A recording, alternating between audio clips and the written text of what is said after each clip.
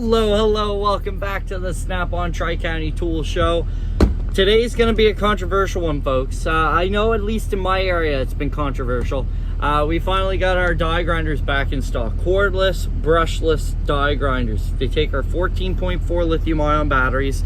And yes, it's been a point of contention for a lot of people, and I have to say, going to the drawing board, playing with it, coming back with it, obviously playing with safety glasses on. I'd love to say I got a demonstration for you, but I actually didn't take a video of it. I gotta say, these are one of the best die grinders, cordless, on the market. The reason why is because we've taken your safety in mind. We've also taken that you guys need an efficient tool to work and kind of meshed it together, and I'll get into why in a second. First of all, your specifications on this bad boy, anywhere from 10,000 to 30,000 RPM. If you do have the right angle model, it's the same motor, but where it is geared a little bit differently for the head to actually convert it to a right angle, it's about 28,000 RPM.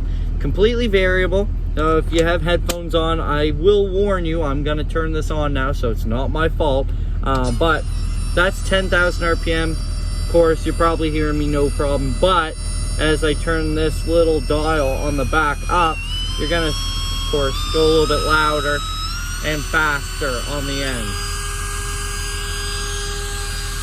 And that's up to 30,000 RPM.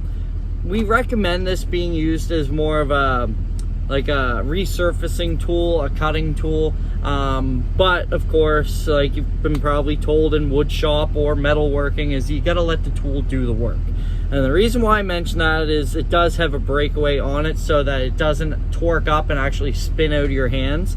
One of the biggest safety concerns with going cordless is you have nothing to kind of anchor you. If you have a die grinder in your hand and you let it go, it turns off. If you have a tool that's locked on and you have a hose connected to it, it's going to kind of tether the hose to tether the tool to the hose. These don't have that. So if you're using this, you're grinding and it twists out of your hands, unless you somehow knock the button, it's not going off. It's wild and out. It's not turning off unless it gets told to. So what we've done with these is we can't really make a safety shutoff other than like a switch on the back, and where we wanted to keep it low profile, we didn't want to do that. So what we've done is basically, if you're putting too much pressure on it where it could turn out of your hands, it does lock out. And what you do in that situation is you basically just cycle the on-off button, and then you're back to going at full steam ahead. Like I said, with it, of course, use safety glasses, goggles. They do have a nice little spindle lock up top as well, so you only need one wrench to unlock it.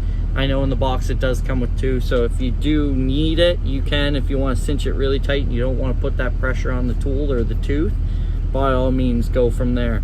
Going to the internals of the tool, biggest thing that I talk about is it's the same cageless armature as all of our brushless tools use now. So it's a caged brushless armature. Of course, taking this in one take, folks, sometimes I stumble over my words, but biggest thing is it's sealed to any foreign objects on the outside, but it keeps all the good stuff in, so you don't got to worry about dirt, foreign object damage hurting it, and you can keep working all day long. But along with that, like I said, we do have our straight, we do have our right angle one coming in stock as well. I'll probably do a little quick update video when those come in.